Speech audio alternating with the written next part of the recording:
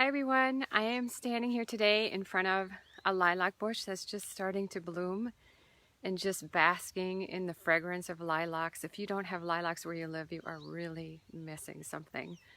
I know they need cold weather, so they don't grow in a lot of warmer places, but they are an amazing plant.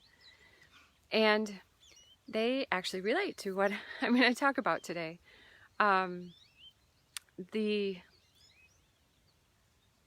We are very, very attracted to things, and that affects our behavior. So lilacs and flowers in general are very good at attracting. They attract insects, they attract humans, they attract with their shape and their colors and their smell and their textures, and all these things are very attractive, and that affects our behavior.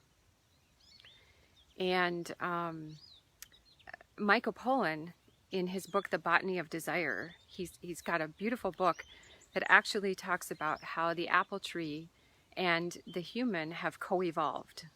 The apple tree is so attractive to us, and we are so attractive to it because we help it reproduce, that we have actually co-evolved together. The apple tree has affected human evolution, and the human has greatly affected apple evolution. But this is really interesting because we understand that behavior has an attractive component to it, that it's a function of being attracted to something. In a lot of ways, when we're talking about flowers and pretty things and a lot of things in nature.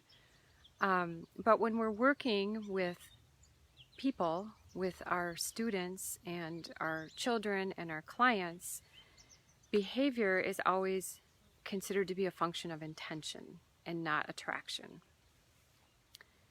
And that's because we don't truly understand the nature of attraction.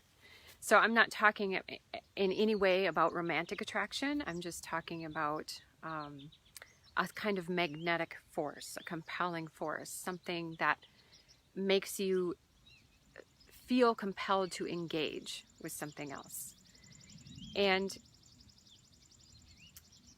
viewing behavior as a function of intention is something we are all taught. It is, for the most part of the human way right now. It's something that everyone does unless you've highly trained yourself not to do it. But it can lead to a lot of misinterpretation of behavior. When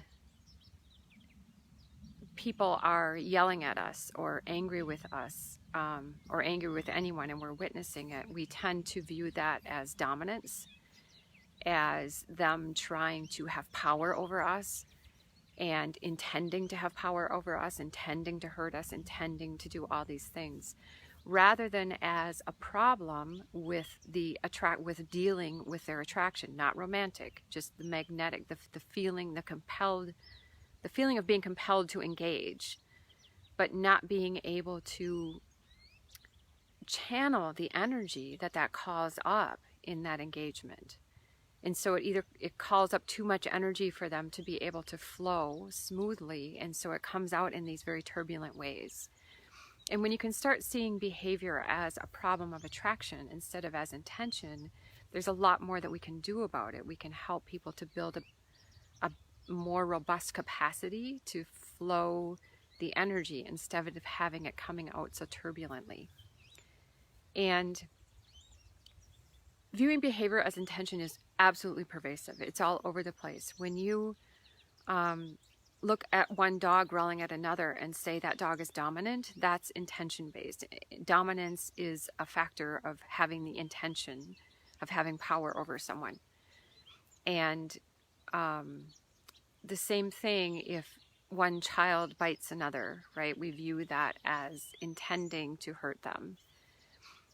So intention is all over. We even bring intention into our genes, into the replicating, right? Into reproducing.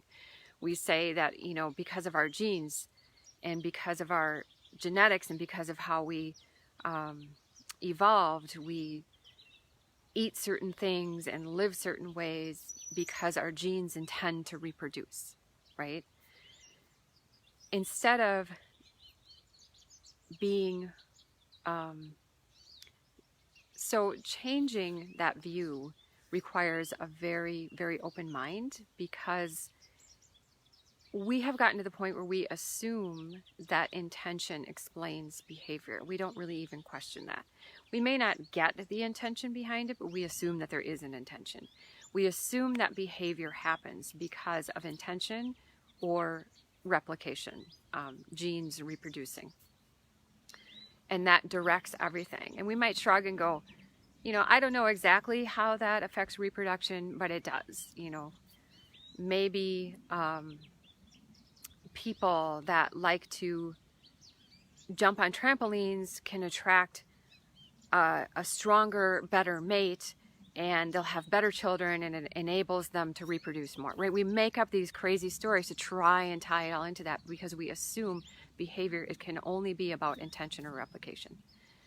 But there's a whole nother world out there that I teach people about that it's not yet very well known, but it makes an incredible amount of sense when you start learning about it. And it is that we behave more like charged particles. We talk about things, we feel, the energy was electric.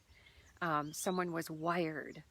I need to get grounded. We actually innately know that we kind of behave like charged particles, which have this positive and negative attraction thing going on.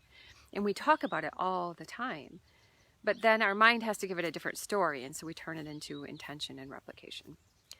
So when you open your eyes up to the possibility that behavior is about attraction, and either flowing in attraction or being turbulent in attraction, not romantic attraction, but just this desire to engage, it opens up a whole new world of possibility into how to help people to grow when they're struggling to have problems. So I'm doing a lot of what I do. I'm just throwing out something intriguing and strange and hopefully compelling, and let you chew on that for a while. And over time, I'll talk more and more about this. But I just wanted to kind of put that thought out there for you. All right, thanks. Bye.